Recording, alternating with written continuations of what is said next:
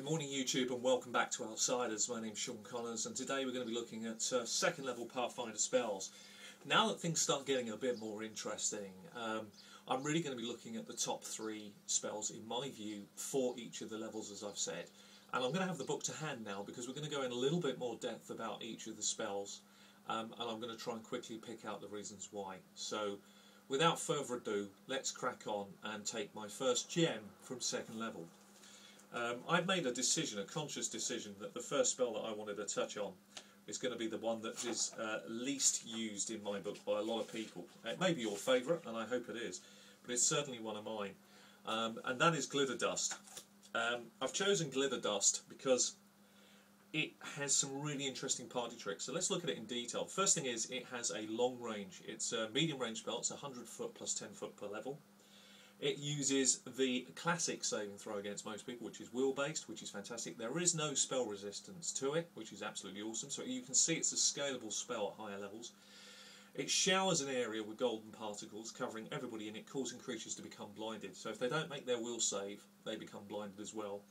It can only affect a 10-foot radius spread, but I'll tell you what, a 10-foot radius spread, or burst if you prefer, effectively is likely to affect 1 or 2 creatures, possibly up to 4. So in my book, fantastically useful. And even if they do make their save, they're still covered in these particles and take -40 on high checks. Talk about versatility. So without a shadow of a doubt, Glitter Dust really rates up there. It's a great spell. Here's one that's much more personal. Here's one that I really do rate, and most of the best players I've ever encountered for Wizards often take it. And the reason really becomes self-evident when you see their survivability of their characters, and that is False Life. Now, False Life lasts a long time. It's 1 hour per level, so by the time you can't get to cast this spell, you've already got 3 hours of use.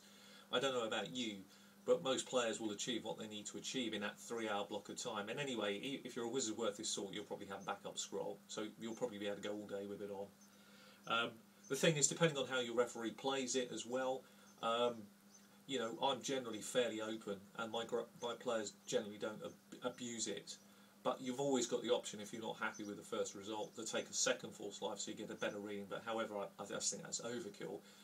Remember, it's D10 up to a maximum of +10, and you get D10 +1 per level. So effectively, you're going to start off with D10 +3 extra hit points, and it lasts a long period of time. This is, in my view, absolute.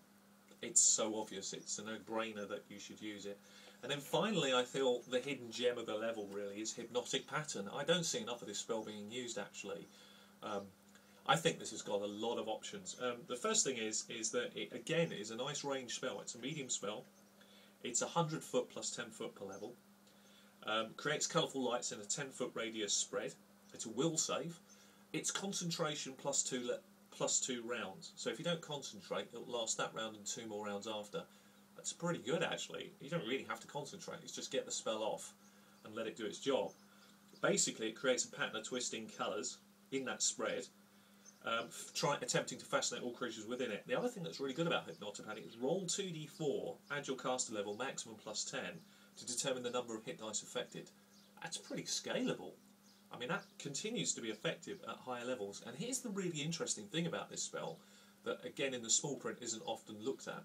It says that a wizard or sorcerer need not utter a sound when casting this spell, but a bard must perform a verbal component. So what this is really getting at, think about the number of times that you might want to go under silence effects to get in close to the enemy. Hypnotic Pattern can still be used. That's pretty useful.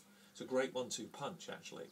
So those are my 3 gems for second level. There are a lot of gems in second level, but a lot of them are far more individual, situational based, don't last so long, and perhaps don't do as much as they could. So I've chosen these 3.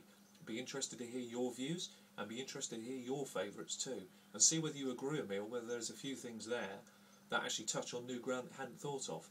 Anyway, today I've been Sean Connors. This has been Outsiders. Hope you're enjoying the series.